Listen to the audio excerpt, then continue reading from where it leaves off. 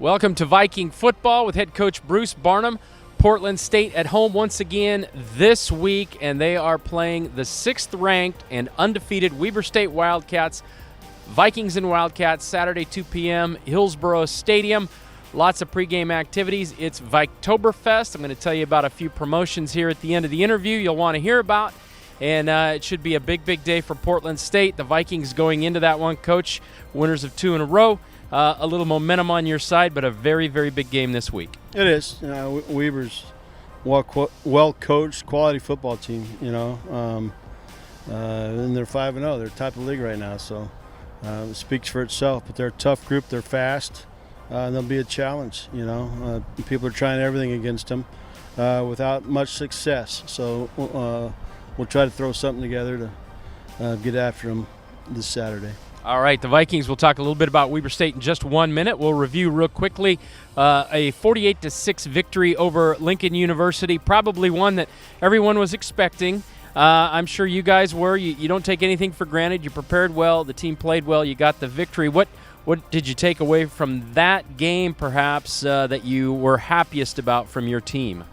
You learn from every game, Mike, but number one, we won it. And I said, make sure you enjoy it just like all the rest. Yes, we weren't the underdog for once, and we did what we were supposed to do. I said, I told him, if you don't, really respect what you did, just think if you would have lost the football game. And that kind of opened some eyes, and the sky became blue. But we got to play some people. We got to talk to the guys that go out there first, our starters. Just about who you're playing, how to get up for a football game, etc. We came out, the second half and third quarter, offensively anyway, and kept that first group out there because I wanted them to learn how to come out of the locker room. So there were some teaching things in there, and we won with the scoreboard, but good for us and good for some players that don't usually get into the football game. They got on the field. They deserve it just like anybody else. And as I counted, approximately, I believe, 69 football players got into that game. That's about 20 more than normal. And I believe I counted about 18 freshmen getting their first playing experience. They can still redshirt, but they got an opportunity to play, and that's very valuable for the future, isn't it? It is. That builds their skill set and keeps them excited, to play college football.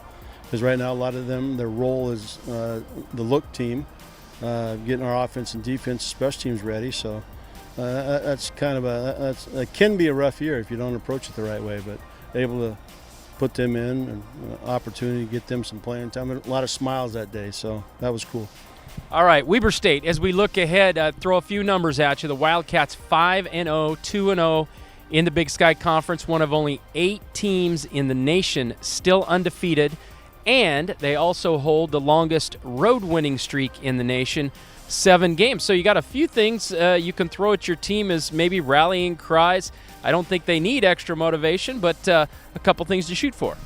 Yeah, Mike, I actually talked to my team about don't read anything before the game, read it after. Because right now, if you read about the mighty Wildcats, we don't have a chance in hell. But we do. It's College Football Saturday, and they are playing, again, really well. But I like what we're doing. We're getting a couple kids back, and again, but kudos to them. They do have all the numbers right now. They are 5-0. We're not. So it'll be fun. Any Big Sky football game wakes you up. You never know. Well, they can wake you up on both sides of the football. We'll talk about the defense. They've been known for their defense in recent years, only allowing 11.8 points per game. But specifically, you look at the turnover numbers. They've forced 14 turnovers, 11 interceptions, and there's a guy by the name of Max Anderson. I'm sure you've been looking at a lot of film of him. 5 interceptions on the season, leads the nation. So a big challenge for your quarterback and your offense. Yeah, it's not just him, though. They're playing well defensively. What did you say? They're giving up 11 points a game? I'm surprised at that. I figured it was, maybe 1 or 2. But they have some cats. It's not, number 5. He shut down our best wide receiver, while our guy who led the conference last year in catches, number 5, Eddie Mighty Hurt, did a hell of a job against him last year. They're just good. They got a new safety this year. Boise, a couple of our transfers know him, and He's fast. He's fast as it gets, and he shows up. All over the place. You think at cover 1 safety, cover 3 safety, he's going to be covering people, but he's not. He's making tackles from -1. So they're good. They're quality. They're big up front. They play hard. They rotate them through on defense. And their system on offense, I think, is big time. It's improved from last year. It's productive. The kids are running it well. The quarterback's running it well. So, we talked about the turnover side, how they're doing on the turnovers. That's one thing I addressed our football team today on. The turnover battle is critical. They live off of it. You see them well coached, hitting, stripping, yada yada, and their backs wrapping up or high point and all that with the football. So they're a good football team. So. It's a game. You take care of the football, don't make many mistakes, play your ass off, see what happens. And as we look at it, your quarterback, 11 touchdowns he's responsible for in the last 2 weeks, 2 victories, over 740 yards of total offense. So he's starting to get into a rhythm. So big test for him this week. I'm sure you're spending a lot of time with him in the film room preparing. It is. The film room is big, yes, and he's getting better every week. That's what I care about. Each week he's doing something a little better. So, because when we started, San Jose State, he's a greenhorn, kind of not wide-eyed, but everything was new to him. Everything was a little fast, but now, we talked. You got a fast football team coming in here, so we need to put something together. But I like how he approaches the game plan. I like how he's looking at the game. So. He should be fun to watch this year and every year after this that he's with us. And the Vikings will need points this week. Weber State is vastly improved on offense. You already referred to that. Their quarterback, also a sophomore, Bronson Barron, really matured from last season when the Vikings got a big win at Weber State. The Wildcats were nationally ranked in that one. Perhaps your biggest regular season win of the year. So we threw all those Weber State numbers at you, but the Vikings have a pretty good memory the last time around. Yeah, I'm sure they're talking about that a little bit. Not that they're, remember it, because again, they're just square up good this year. But it was a fun one for us. Looking back, it wasn't a fun one last year. And their fans, got to give kudos to their fans. Their fans did off the beer deal and left me a 6-pack of some muddy beer. That's right, they did. At my locker, which my equipment guys do the double backflip. I don't drink that stuff, but.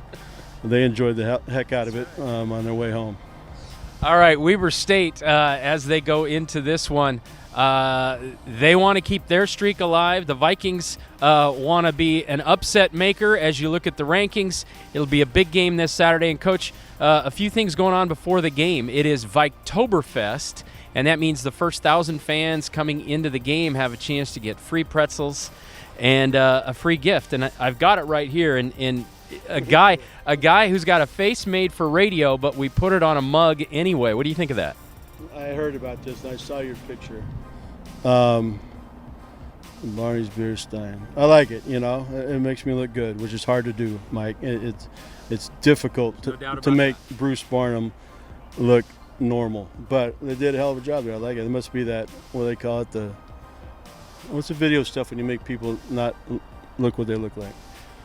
Oh, we photoshopped it a little bit. Yeah. Nice Photoshop mug. Yeah, he doesn't look too bad right there. I don't know. Come and get one. You can take it home and you can look at Barney's face. I'm not sure that's really going to motivate people to want them, but you can put beer in it certainly at the game and at home. One of the giveaways we have this week, we're also doing a promotion along with the BFT Foundation to help raise a little bit of money for that organization. Go to the govikes.com and find out about the promotions this week. And some of the proceeds from ticket sales will go to the BFT Foundation. For all your information on Vikings football, go to govikes.com.